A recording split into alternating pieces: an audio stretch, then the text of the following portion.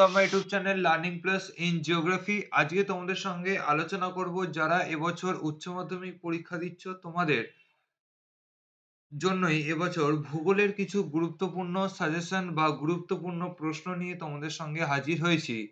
যেখানে তোমাদের বিভাগ ক, যেখান থেকে তোমাদের ৭ নম্বরের যে প্রশ্ন আসে সেই ৭ নম্বরের গুরুত্বপূর্ণ প্রশ্ন প্রাকৃতিক ভূগোল ও অর্থনৈতিক ভূগোল উভয় থেকেই আজকে আলোচনা করা হবে। তো প্রথমেই বলে রাখি তোমাদের বিভাগ ক থেকে যে 7 নম্বর বা 7 নম্বরের যে গুরুত্বপূর্ণ প্রশ্ন আসে সেটা কিন্তু সবসময় যে ডিরেক্ট যে 7 নম্বরে যে দিয়ে দেয় সেইভাবে কিন্তু দেয় না। অনেক সময় এটাকে ভেঙে ভেঙে প্রশ্ন দিয়ে দেয়। দিয়ে দিতে পারে 3+3+2 বা দিয়ে দিতে পারে 4+3 বা দিয়ে দিতে পারে যে 5+2 বা কখনো কখনো 7 মার্কসেরও কিন্তু দিয়ে দেয়। কিন্তু ডিরেক্টলি 7 মার্কসে আসার সম্ভাবনা খুবই কম। ভেঙে ভেঙে প্রশ্ন আসার সম্ভাবনা খুবই বেশি। তাই সেই জিনিসকে মাথায় রেখেই তোমাদের এইখানে যেইভাবে প্রত্যেকটি অধ্যায় থেকে প্রশ্নগুলোকে নির্বাচন করা হয়েছে, সেই অধ্যায় থেকে যেমন একদিকে পুরো বইটাকে কভার করতে পারবে, পাশাপাশি এই বছরের জন্য গুরুত্বপূর্ণ কিছু প্রশ্ন তোমরা এখান থেকে পেয়ে যেতে পারো। তো প্রথমে আলোচনা করব তোমাদের প্রাকৃতিক ভূগোলের প্রথম যেই অধ্যায়টি রয়েছে সেটি হচ্ছে ভূমিরূপ গঠনকারী প্রক্রিয়া। এই ভূমিরূপ গঠনকারী প্রক্রিয়া থেকে প্রথম যে প্রশ্নটা দেওয়া হয়েছে সেটা হচ্ছে কার্স্ট অঞ্চলে দ্রবণ ক্ষয়কার্যের ফলে সৃষ্ট যে কোনো তিনটি ভূমিরূপ চিত্র সহ বর্ণনা করো। দ্বিতীয় প্রশ্ন হচ্ছে প্রবল প্রাচীর কাকে বলে, এই প্রবল প্রাচীর কিভাবে গড়ে উঠছে। তৃতীয় প্রশ্ন হচ্ছে প্রবল প্রাচীরে শ্রেণীবিভাগ করো, অর্থাৎ প্রবল প্রাচীরের আমাকে শ্রেণীবিন্যাস এখানে করতে হবে 5 মার্কসের জন্য। পরবর্তী প্রশ্ন হচ্ছে রিয়া এবং ফিয়র্ড উপকূলের পার্থক্য লেখো, এটা 3 অথবা 4 এইভাবে আসতে পারে। স্ট্যালাকটাইট ও স্ট্যালাগমাইটের পার্থক্য। তারপরে লিখতে হবে একটি টিকা, সেটা বলেছে আর্তেজীয় কূপ সম্পর্কে টিকা লেখো, খুবই ইম্পর্টেন্ট এই বছরের পরীক্ষার জন্য। তারপর চিত্রসহ ভৌম জলস্তরের বর্ণনা দাও এবং ভৌম জলের নিয়ন্ত্রকগুলি কি কি। অর্থাৎ ভৌম জলস্তর সম্পর্কে আমাকে চিত্রসহ এখানে লিখতে হবে, তার পাশাপাশি ভৌম জলের নিয়ন্ত্রকগুলো কি কি হতে পারে সেই সম্পর্কে লিখতে হবে। তারপরে আমাদের লিখতে হবে কিছু পার্থক্য এখানে দেওয়া হয়েছে, যেটা 4 বা 5 এইভাবে আসতে পারে। প্রথম পার্থক্য দেওয়া হয়েছে সম্পৃক্ত স্তর ও ভাদস্তর। দ্বিতীয় পার্থক্য হচ্ছে গঠনকারী তরঙ্গ, বিনাশকারী তরঙ্গ। তারপর অবরোহণ ও আরোহণের প্রক্রিয়ার পার্থক্য। তারপরে পার্থক্য দেওয়া হয়েছে যে উত্থিত উপকূল ও নিমজ্জিত উপকূল। তারপর কিছু টিকা দেওয়া হয়েছে, এই টিকাগুলো 2 মার্কসের ছোট ছোট টিকা হিসেবে আসার সম্ভাবনা রয়েছে। প্রথম টিকা হচ্ছে ডারমেসিয়ান উপকূল, তারপর রয়েছে গিজার, তারপরে রয়েছে সোয়াস, তারপরে রয়েছে ব্যাকওয়াশ, তারপরে রয়েছে আর্তেজীয় কূপ, তারপর রয়েছে ট্রম্বোলো। তারপরে যে টিকা দেওয়া হয়েছে সেটা হচ্ছে সম্পৃক্ত স্তর ও অসম্পৃক্ত স্তর। তারপরে দেওয়া রয়েছে স্বাভাবিক খিলান। তাহলে এই টিকাগুলো কিন্তু খুবই ইম্পর্টেন্ট এই বছর পরীক্ষার জন্য। পরবর্তী যে প্রশ্নটা দেওয়া হয়েছে সেটা 7 মার্কসের জন্য খুবই ইম্পর্টেন্ট আসার সম্ভাবনা রয়েছেই এই প্রশ্নটা, সেটা হচ্ছে যে প্রশোভন কাকে বলে, উদাহরণ সহ প্রশোভনের শ্রেণীবিভাগ করো। এটা স্পেলিংটা একটু ভুল হয়েছে, এটা হবে শ্রেণীবিভাগ করো, ক বয়সনলয় ওকার। এটা ভুলবশত আমার এখানে চলে এসেছে, তোমরা একটু কারেকশন করে নেবে। পরবর্তী প্রশ্ন হচ্ছে কার্স্ট অঞ্চলে ভূমিরূপ গঠনের শর্তগুলি উল্লেখ করো। কার্স্ট অঞ্চলে দ্রবণ সঞ্চয় কার্যের ফলে সৃষ্ট যে কোনো তিনটে ভূমিরূপ আলোচনা করো। তাহলে আমি প্রথম যে প্রশ্নটা দিয়েছিলাম সেটা হচ্ছে কার্স্ট অঞ্চলের দ্রবণ ক্ষয় কার্য। এখানে দেওয়া হয়েছে কার্স্ট অঞ্চলের দ্রবণ সঞ্চয় কার্য, অর্থাৎ ক্ষয় কার্য আর সঞ্চয় কার্যের মধ্যে কিন্তু যে কোনো একটা কোশ্চেন কিন্তু আসছেই আসছে। তারপরে প্রশ্নটি হচ্ছে প্রথম অধ্যায় থেকে শেষ গুরুত্বপূর্ণ প্রশ্ন, সেটা হচ্ছে সমুদ্র তরঙ্গের সঞ্চয় কার্যের ফলে সৃষ্ট যে কোনো তিনটি ভূমিরূপ চিত্র সহ ব্যাখ্যা করো। তাহলে সমুদ্র তরঙ্গের সঞ্চয় কার্যের ফলে সৃষ্ট যে কোনো তিনটে ভূমিরূপ, এটা আমি এক্সট্রা কোশ্চেন হিসেবে দিয়েছি, এটাকেও তোমরা কিন্তু রেডি করে রাখবে। স্বাভাবিক চক্র, স্বাভাবিক চক্র থেকে যে প্রশ্নগুলো দেওয়া হয়েছে, প্রথম প্রশ্ন হচ্ছে ডেভিসের বর্ণিত নদী ক্ষয়চক্রের পর্যায়গুলি চিত্র সহ আলোচনা করো। অর্থাৎ ডেভিসের পুরো ক্ষয়চক্রটাকে এখানে আলোচনা করতে হবে, খুবই ইম্পর্টেন্ট। এই প্রশ্নটা এইভাবে না দিয়ে প্রশ্নটাকে ঘুরিয়ে এইভাবে দিতে পারে, সেটা হচ্ছে যে নদীর ক্ষয়চক্রের ব্যাঘাত বলতে কি বোঝো? স্বাভাবিক ক্ষয়চক্র চিত্র সহ আলোচনা করো, অর্থাৎ ডেভিসের ক্ষয়চক্রের সঙ্গে নদীর ক্ষয়চক্রের যে ব্যাঘাত যেটা হয় তার কিন্তু একটা সংজ্ঞা হিসেবেও কিন্তু এখানে অ্যাড করে দিয়ে দিতে পারে। পরের কোশ্চেন হচ্ছে নদী ক্ষয়ের শেষ সীমা কাকে বলে? মরু অঞ্চলে ক্ষয়চক্রের বিবরণ দাও। তাহলে এটাও কিন্তু 2+5 এইভাবে কিন্তু দিয়ে দিতে পারে। পরের কোশ্চেন হচ্ছে ইনসেলবার্চ ও মোনাডনকের পার্থক্য লেখো। তারপর হচ্ছে স্বাভাবিক চক্র ও মরুক্ষয় চক্রের পার্থক্য লেখো। নিক পয়েন্টে জলপ্রপাত সৃষ্টি হয় কেন? পরের কোশ্চেনে দুটো পার্থক্য দেওয়া হয়েছে, সেটা হচ্ছে পেডিমেন্ট ও বাজাদার পার্থক্য, আরেকটা দেওয়া হয়েছে যে পেডিমেন্ট ও পেনিপ্লেনের পার্থক্য লেখো। তারপর হচ্ছে অধ্যায় 3, তৃতীয় অধ্যায় থেকে রয়েছে জল নির্গম প্রণালী। জল নির্গম প্রণালী থেকে প্রথম যে প্রশ্নটা দেওয়া হয়েছে সেটা হচ্ছে জল নির্গম প্রণালীর সংজ্ঞা দাও, চিত্র সহ বিভিন্ন প্রকার জল নির্গম প্রণালীর শ্রেণীবিন্যাস করো। পরবর্তী প্রশ্ন দিয়ে প্রশ্নটা দেওয়া হয়েছে, অর্থাৎ জল নির্গম প্রণালীর প্রশ্নটা এইভাবে না দিয়ে প্রশ্নটাকে ঘুরিয়ে এইভাবে দিতে পারে, সেটা হচ্ছে জল নির্গম প্রণালীর সঙ্গে ভূতাত্ত্বিক গঠনের সম্পর্ক উদাহরণ সহ ব্যাখ্যা করো। অর্থাৎ দুটো কোশ্চেন আলাদা কিন্তু উত্তরটা কিন্তু আমার সেমই হবে। নেক্সট কোশ্চেনে কিছু পার্থক্য দেওয়া হয়েছে, সেই পার্থক্যগুলো হচ্ছে প্রথম পার্থক্য হচ্ছে জাফরিরূপী ও আয়তকার জল নির্গম প্রণালীর পার্থক্য। তারপরে কেন্দ্রমুখী ও কেন্দ্র বিমুখ জল নির্গম প্রণালীর পার্থক্য। তারপর হচ্ছে বৃক্ষরূপী ও জাফরিরূপী জল নির্গম প্রণালীর পার্থক্য। তারপরে বলা হয়েছে টিকা লেখো। টিকাতে এখানে বলা হয়েছে যে অঙ্গুরীয় জল নির্গম প্রণালী, আংশিরূপী জল নির্গম প্রণালী ও বৃক্ষরূপী জল নির্গম প্রণালী।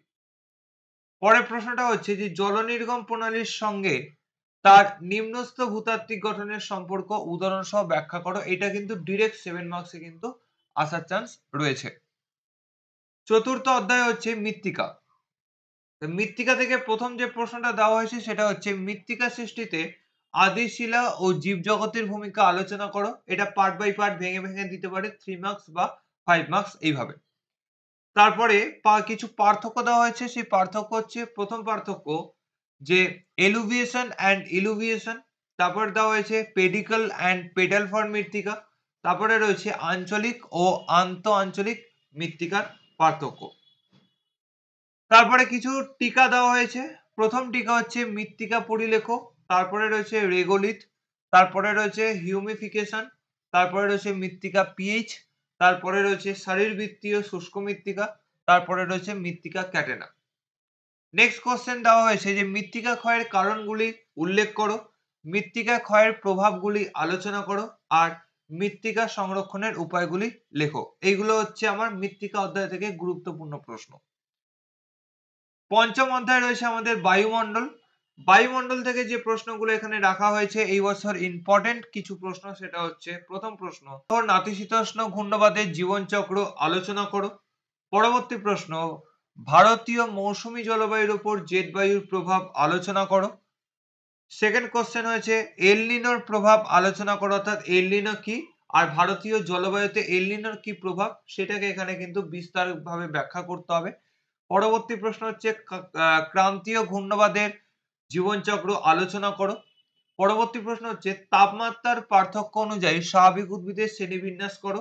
তার সঙ্গেই একটা প্রশ্ন দেওয়া হয়েছে, সেটা হচ্ছে স্বাভাবিক উদ্ভিদের ওপর জলবায়ুর প্রভাব আলোচনা করো।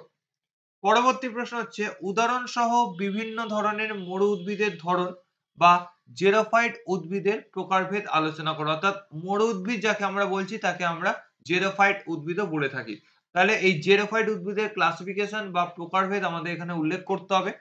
বা এই প্রশ্নটা এইভাবে দিয়ে দিতে পারে অথবা দিয়ে, সেটা হচ্ছে জাঙ্গল উদ্ভিদের শ্রেণীবিন্যাস করো, পরিবেশের সঙ্গে এদের অভিযোজনগত সম্পর্ক। এইভাবেও কিন্তু প্রশ্নটা দিয়ে দিতে পারে। নেক্সট কোশ্চেন হচ্ছে বিশ্বায়ন কাকে বলে? বিশ্বায়নের প্রভাবগুলি বিশ্লেষণ করো বা আলোচনা করো, 2+3।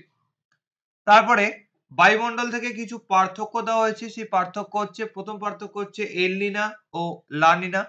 তারপরে রয়েছে ঘূর্ণবাত প্রতিভ ঘূর্ণবাত, ক্রান্তীয় ঘূর্ণবাত ও নাতিশীতোষ্ণ ঘূর্ণবাত।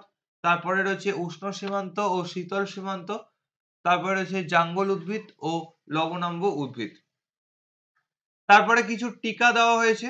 প্রথম টিকা হচ্ছে মোনেক্স, তারপরে রয়েছে স্কোয়ার লাইন, তারপরে রয়েছে রশ্মি তরঙ্গ, তারপরে রয়েছে জেট বায়ু। আরেকটি শেষ প্রশ্ন, সেটা হচ্ছে জাঙ্গল উদ্ভিদের শ্রেণীবিন্যাস করো, পরিবেশের সাথে এদের অভিযোজনগত সম্পর্ক আলোচনা করো। এটা হচ্ছে আমার বায়ুমণ্ডল থেকে শেষ প্রশ্ন। তারপরে রয়েছে ষষ্ঠ অধ্যায় জীববৈচিত্র্য। জীববৈচিত্র্য থেকে যে গুরুত্বপূর্ণ প্রশ্নগুলো এখানে দেওয়া হয়েছে, প্রথম প্রশ্ন হচ্ছে জীববৈচিত্র্য কাকে বলে, এর বিনাশের কারণ কি? পরবর্তী প্রশ্ন হচ্ছে জীববৈচিত্র্য সংরক্ষণের উপায়গুলি আলোচনা করো, অথবা বন্যপ্রাণীর সংরক্ষণের পদ্ধতি আলোচনা করো। অর্থাৎ জীববৈচিত্র্য সংরক্ষণ ও বন্যপ্রাণীর সংরক্ষণ কিন্তু প্রায় সেমই বলা যেতে পারে। পরবর্তী প্রশ্ন হচ্ছে জীববৈচিত্র্যের গুরুত্ব লেখো। ক্রান্তীয় অঞ্চলে জীববৈচিত্র্য সর্বাধিক হয় কেন? তারপরে কিছু টিকা দেওয়া হয়েছে। প্রথম টিকা হচ্ছে গ্রিন ডেটা বুক, তারপরে রয়েছে রেড ডেটা বুক, তারপরে রয়েছে ব্ল্যাক ডেটা বুক, তারপরে রয়েছে জিনগত বৈচিত্র্য, প্রজাতিগত বৈচিত্র্য, জীববৈচিত্র্যের হটস্পট এবং বায়োস্ফিয়ার রিজার্ভ। আর কিছু পার্থক্য এখানে দেওয়া হয়েছে, সেই পার্থক্য হচ্ছে ইনসিটু ও এক্সিটু সংরক্ষণের পার্থক্য, আলফা বৈচিত্র্য বিটা বৈচিত্র্যের পার্থক্য, জাতীয় উদ্যান ও অভয়ারণ্যের মধ্যে কি পার্থক্য আমরা দেখতে পাই। তারপরে আসবো সপ্তম অধ্যায় প্রাকৃতিক ভূগোলের শেষ অধ্যায়, সেটা হচ্ছে দুর্যোগ ও বিপর্যয়। এখান থেকে খুবই কম প্রশ্ন রাখা হয়েছে, কারণ এখানে প্রশ্ন আসার সম্ভাবনা খুবই কম থাকে, যদিও আসে ছোটখাটো প্রশ্ন, ভাঙা ভাঙা প্রশ্ন দিয়ে দেয়। প্রথম প্রশ্ন হচ্ছে দুর্যোগ মোকাবিলায় ছাত্রছাত্রীদের ভূমিকা উল্লেখ করো। তারপরে কিছু 2 মার্কসের টিকা দেওয়া হয়েছে, সেই টিকা হচ্ছে প্রথম টিকা হচ্ছে সুনামি, তারপরে রয়েছে মরুকরণ, তারপরে রয়েছে লন্ডন স্মগ, তারপরে রয়েছে হরপা বান, তারপরে রয়েছে ভূমিধস, তারপরে রয়েছে ডার্ট, তারপরে রয়েছে মাইক, তারপরে রয়েছে হুক, তারপরে রয়েছে ইডব্লিউএস, তারপরে রয়েছে ইডিপিসি। তাহলে এইগুলো হচ্ছে গুরুত্বপূর্ণ কিছু প্রশ্ন। এরপরে আমরা আসবো অর্থনৈতিক ভূগোল। তাহলে প্রাকৃতিক ভূগোলের গুরুত্বপূর্ণ প্রশ্ন আলোচনা করলাম, এরপরে আসবো অর্থনৈতিক ভূগোল অষ্টম অধ্যায়। অষ্টম অধ্যায় থেকে যে অর্থনৈতিক যে কার্যাবলী যে অধ্যায়টি রয়েছে, সেখান থেকে কিন্তু ছোটখাটো প্রশ্ন কিন্তু আসার সম্ভাবনা খুবই বেশি, এবং এইখান থেকে কিন্তু আমরা 3টে কোশ্চেন কিন্তু আমরা পাবো। অর্থাৎ প্রাকৃতিক ভূগোল থেকে পাবো 2টো কোশ্চেন, অর্থাৎ 4টে কোশ্চেন দেওয়া থাকবে, আমাকে লিখতে হবে 2টো কোশ্চেন। আর এইখানে কিন্তু আমার থাকবে প্রায় 4টে কোশ্চেন, এখান থেকে অ্যাটেন্ড করতে হবে, যে কোনো 3টে কোশ্চেন আমাকে এখান থেকে অ্যাটেন্ড করতে হবে। অর্থনৈতিক কার্যাবলী থেকে কিছু গুরুত্বপূর্ণ প্রশ্ন দেখব। প্রথমে আমরা দেখব টিকা। টিকার মধ্যে প্রথমে রয়েছে সোনালী চতুর্ভুজ, তারপরে রয়েছে হীরক চতুর্ভুজ, তারপরে রয়েছে ডাব্লিউটিও, তারপরে রয়েছে সেজ, আর তারপরে রয়েছে আউটসোর্সিং। তারপরে কিছু পার্থক্য দেওয়া হয়েছে, সেই পার্থক্য হচ্ছে কোয়াটার্নারি এবং কুইনারি শ্রেণীর অর্থনৈতিক ক্রিয়াকলাপ, তারপরে রয়েছে প্রাথমিক স্তর ও দ্বিতীয় স্তরের কার্যাবলী। তারপরে প্রশ্ন রয়েছে যে সুয়েজ খালের সুবিধা ও অসুবিধা লেখো, তারপরে রয়েছে পানামা খালের সুবিধা ও অসুবিধা লেখো। আর শেষ কোশ্চেন অষ্টম অধ্যায় থেকে, সেটা হচ্ছে ইন্টারনেট ব্যবস্থাপনার গুরুত্ব উল্লেখ করো। তারপরে চলে আসবো অর্থনৈতিকের নবম অধ্যায়, যেটা রয়েছে কৃষি। কৃষি থেকে যে প্রশ্নগুলো আসার সম্ভাবনা খুবই বেশি, সেটা হচ্ছে কিছু টিকা আগে প্রথমে আমরা দেখে নিই, কি কি টিকা এখানে আমাদের পরীক্ষার জন্য পড়তে হবে। সেটা হচ্ছে শস্যাবর্তনের গুরুত্ব, তারপরে করতে হবে শস্য সমন্বয়, তারপরে করতে হবে শস্য প্রগাঢ়তা, তারপরে করতে হবে মিশ্র কৃষি। তারপরে কিছু পার্থক্য রয়েছে। প্রথম পার্থক্য হচ্ছে জীবন ধারণ ভিত্তিক কৃষি ও বাণিজ্যিক কৃষি। দ্বিতীয় পার্থক্য হচ্ছে ব্যাপক কৃষি ও নিবিড় কৃষি। তারপরে রয়েছে স্থায়ী কৃষি ও স্থানান্তর কৃষি। পরবর্তী প্রশ্ন হচ্ছে যে সবুজ বিপ্লব কি? সবুজ বিপ্লবের সুফল ও কুফল আলোচনা করো। তারপরে দেওয়া রয়েছে যে শ্বেত বিপ্লব কি? শ্বেত বিপ্লবের গুরুত্ব। পরবর্তী প্রশ্ন হচ্ছে শ্রীলঙ্কা চা চাষে কেন উন্নত? পরবর্তী প্রশ্ন দক্ষিণ ভারতের কফি উৎপাদনের অনুকূল ভৌগোলিক পরিবেশ ব্যাখ্যা দাও, বা অনুকূল ভৌগোলিক পরিবেশটা সম্পর্কে লিখতে হবে এখানে।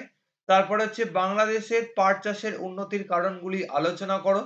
পরবর্তী প্রশ্ন হচ্ছে ভারত ও চীন ধান চাষের অনুকূল পরিবেশ আলোচনা করো। পরবর্তী প্রশ্ন হচ্ছে শ্রীলঙ্কা নারকেল চাষে উন্নত কেন? নেক্সট কোশ্চেন হচ্ছে ভারতের ডাল চাষের সমস্যা এবং ইক্ষু উৎপাদনের ভৌগোলিক পরিবেশ আলোচনা করো। এটা 4+3 বা 3+4 এইভাবেও কিন্তু দিয়ে দিতে পারে। তারপরে কোশ্চেন হচ্ছে বাজার বাগান কৃষি কাকে বলে? এর বৈশিষ্ট্য আলোচনা করো। বর্তমানে এই বাজার বাগান কৃষি উন্নত হওয়ার পিছনে কি কি কারণ রয়েছে? চতুর্থ প্রশ্ন হচ্ছে যে উদ্যান কৃষি কাকে বলে? উদ্যান কৃষির বৈশিষ্ট্য উল্লেখ করো। পরবর্তী প্রশ্ন হচ্ছে নিবিড় জীবিকা সত্তা ভিত্তিক কৃষির ক্ষেত্রে মাথাপিছু উৎপাদন কম হয় কেন? পরের কোশ্চেন রয়েছে আধুনিক কৃষিতে যান্ত্রিকরণের সুফল ও কুফল ব্যাখ্যা করো। আর নবম অধ্যায়ের শেষ প্রশ্ন সেটা হচ্ছে ভূমধ্যসাগরীয় জলবায়ু অঞ্চল ফল উৎপাদনে বিখ্যাত কেন? তাহলে ভূমধ্যসাগরীয় জলবায়ু অঞ্চল ফল উৎপাদনে কেন বিখ্যাত সেটা লিখতে হবে। পরবর্তী কোশ্চেন হচ্ছে শিল্প। শিল্প থেকে যে প্রশ্নগুলো আমাদের এখানে পড়তে হবে সেটা প্রথম হচ্ছে যে শিল্প অবস্থান সম্পর্কিত আলফ্রেড ওয়েবারের তথ্যটি আলোচনা করো। পরের কোশ্চেন হচ্ছে ভারতে খাদ্য প্রক্রিয়াকরণ শিল্পের উন্নতির কারণ। তারপরে কোশ্চেন হচ্ছে ভারতে খাদ্য প্রক্রিয়াকরণ শিল্পের সমস্যা ও সম্ভাবনা আলোচনা করো। ভারতে পোশাক তৈরি বা বস্ত্রবায়ন শিল্পের উন্নতির কারণ। পরবর্তী প্রশ্ন এই ভারতে পোশাক তৈরির যে সমস্যা বা এই শিল্পের যে ভবিষ্যৎ সম্ভাবনা কি হতে পারে সেই সম্পর্কে এখানে লিখতে হবে। পরবর্তী প্রশ্ন হচ্ছে বাংলাদেশে পাট শিল্পের কেন্দ্রীভবনের কারণ উল্লেখ করো। নেক্সট কোশ্চেন হচ্ছে হুগলি নদীর উভয় তীরে পাট শিল্পের কেন্দ্রীভবনের কারণগুলি আলোচনা করো। পরের কোশ্চেন হচ্ছে হুগলি নদীর উভয় তীরে পাট শিল্পের কেন্দ্রীভবনের সমস্যার সমাধান। 4+4 এইভাবে কিন্তু দিয়ে দিতে পারে। নেক্সট কোশ্চেন হচ্ছে কানাডা কাগজ শিল্পে উন্নত কেন? মালয়েশিয়ার রবার চাষের উন্নতি সম্পর্কে আলোচনা করো। পরবর্তী কোশ্চেন হচ্ছে জাপান লৌহ ইস্পাত শিল্পে উন্নত কেন? এই কোশ্চেনটাকে ঘুরিয়ে এইভাবেও দিয়ে দিতে পারে কাঁচামালের অভাব থাকা সত্ত্বেও জাপান লৌহ ইস্পাত শিল্পে কেন উন্নত হয়েছে? পরবর্তী কোশ্চেন হচ্ছে পূর্ব ও মধ্য ভারতের লৌহ ইস্পাত শিল্পের বিকাশ সম্পর্কে আলোচনা করো। তারপর পরের কোশ্চেন হচ্ছে ভারতে মোটর গাড়ি শিল্পের উন্নতির কারণ। এটাও কিন্তু আমাদের 5 মার্কসের জন্য কিন্তু খুবই ইম্পর্টেন্ট কিন্তু একটা কোশ্চেন। তারপরে বেশ কিছু টিকা আমাদের এখানে পড়তে হবে। সেই টিকা হচ্ছে 2 মার্কসের জন্য। প্রথম হচ্ছে আইসোটোপেন, তারপরে পড়তে হবে উদীয়মান শিল্প, তারপরে পড়তে হবে অস্থাণু শিল্প, তারপরে পড়তে হবে দ্রব্যসূচক, সমপরিবহন ব্যয় রেখা, অনুসারী শিল্প ও বিশুদ্ধ কাঁচামাল। নেক্সট কোশ্চেন আছে সেটা হচ্ছে ব্রাজিলের রবার শিল্পের সমস্যাগুলি কি কি সেই সমস্যা সম্পর্কে লিখতে হবে। আর আরেকটা ইম্পর্টেন্ট কোশ্চেন যেটা দশম অধ্যায়ের শেষ প্রশ্ন সেটা হচ্ছে ভারতে দুগ্ধ প্রক্রিয়াকরণ শিল্প উন্নতি লাভ করেনি কেন? অর্থাৎ এই দুগ্ধ প্রক্রিয়াকরণ শিল্পের অনুন্নতির পিছনে এর কি কারণ রয়েছে সেই কারণগুলো এখানে লিখতে হবে। তারপরে আমরা চলে আসবো যে একাদশ অধ্যায়, অধ্যায় 11 জনসংখ্যা ও জনবসতি। এখান থেকে আমরা কিছু টিকা পড়বো। প্রথম টিকা আমরা পড়বো মানুষ জমি অনুপাত, কাম্য জনসংখ্যা,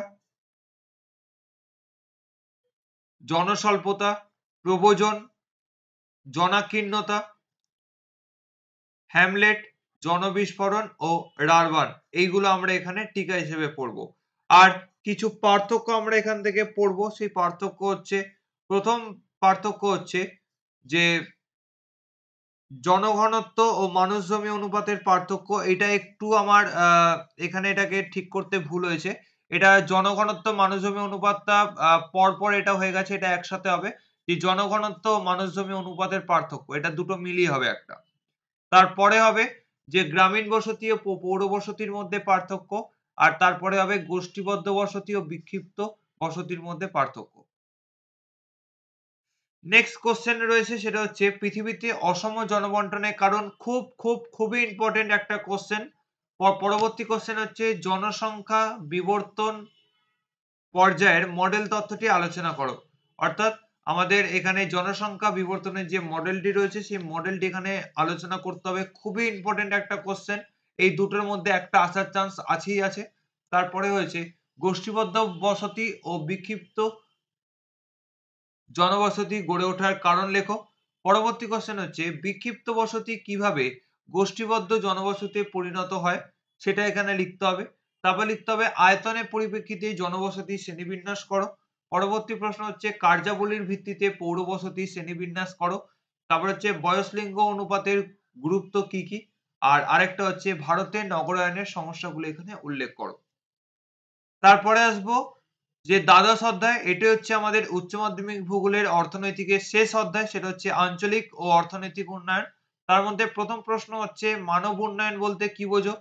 পরবর্তী প্রশ্ন হচ্ছে কলকাতা বন্দরের সহযোগী বন্দর হিসেবে হলদিয়া বন্দরের কি কি গুরুত্ব রয়েছে। তারপরে আমাদের পড়তে হবে বেঙ্গালুরুতে ইলেকট্রনিক শিল্প বিকাশের কারণ বা ইলেকট্রনিক শিল্প গড়ে ওঠার কারণগুলি কি কি, আর এই শিল্পের কি কি সমস্যা আমরা দেখতে পাই সেটা। তারপরে কোশ্চেন হচ্ছে যে ছত্তিশগড়ের খনিজ সম্পদ শিল্পের বিকাশ কিভাবে ঘটে তা আলোচনা করো।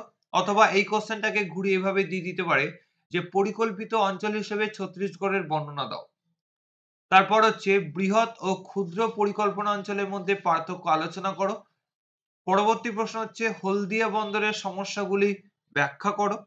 এবং শেষ প্রশ্ন, দুটো টিকা এখানে দেওয়া হয়েছে, সেটা হচ্ছে উন্নয়ন পরিকল্পনা অঞ্চল এবং স্থিতিশীল নিরবিচ্ছিন্নতা অঞ্চল। তাহলে এই ছিল তোমাদের দ্বাদশ শ্রেণীর ভূগোল সাজেশনের কিছু গুরুত্বপূর্ণ প্রশ্ন 2024 সালের পরীক্ষার্থীদের জন্য। এখানে প্রশ্নের পরিমাণটা এই জন্যই বেশি রাখা হয়েছে কারণ তোমাদের এইখান থেকে কিন্তু ভাঙা প্রশ্ন কিন্তু সব থেকে বেশি থাকবে। 2 মার্কস, 3 মার্কস, 4 মার্কস, 5 মার্কস এইভাবে কিন্তু ভাঙা ভাঙা প্রশ্ন থাকবে। তাই এখানে প্রশ্নের সংখ্যাটা একটু বেশি দেওয়া হয়েছে এবং তোমাদের যেহেতু সিলেবাসটা একটু লার্জ সিলেবাস আর কি, অনেকটাই বড় সিলেবাস, তাই এখান থেকে কিন্তু একটু বেশি বেশি করেই তোমাদের এখান থেকে পড়তে হবে। যতটুকু সম্ভব তোমাদেরকে বাদ দিয়ে গুরুত্বপূর্ণ পোর্শন গুলো থেকে প্রশ্ন দেওয়া যায় সেইগুলোকে এখানে দিয়েছি এবং এই পোর্শনের প্রশ্নগুলো পড়লে এখান থেকে কিন্তু তোমরা 35 নম্বরের যে 7 নম্বরের যে তোমরা যে বড় প্রশ্ন যেগুলো পাবে সেগুলো কিন্তু এখান থেকে তোমরা কমন পেয়ে যাবে। এবং এইখানে যেই নির্বাচিত যে প্রশ্নগুলো রাখা হয়েছে এইগুলোকে যদি ভালো মতো করে যদি রেডি করো 2 মার্কস, 3 মার্কস, 5 মার্কস, 4 মার্কস এইগুলোকে, তাহলে কিন্তু এইখান থেকে কিন্তু তোমরা 35 এ 35 ই কিন্তু তোমরা এখান থেকে কমন পেয়ে যাবে। তাহলে এই হলো আমাদের বিভাগ ক থেকে আমাদের 7 নম্বরের কিছু গুরুত্বপূর্ণ প্রশ্ন সমাহার। এরপরে তোমাদের বিভাগ খ আর বিভাগ গ থেকে যে এমসিকিউ আর এসিকিউ গুলো যে তোমাদের রয়েছে, এইখানে আমি বলবো যে তোমাদের যে বিভিন্ন যে টেস্ট পেপার বেরিয়েছে, ABTA test paper, WBTA test paper বা পারুল প্রকাশনীর যে ডব্লিউবিএইচএ যে টেস্ট পেপার গুলো রয়েছে, সেই টেস্ট পেপার থেকে ভালো মতো করে সমস্ত ধরনের এমসিকিউ আর এসিকিউ গুলো সেখান থেকে সলভ করো, প্র্যাকটিস করো। আর যত বেশি সলভ করতে পারবে, যত বেশি প্র্যাকটিস করতে পারবে, তোমাদেরই কিন্তু বিভিন্ন যে কনফিউশন গুলো থাকবে সেগুলো ক্লিয়ার হবে এবং ওইখান থেকে কিন্তু তোমরা 35 নম্বরের এমসিকিউ এসিকিউ কিন্তু 99% কিন্তু কমন পেয়ে যাবে।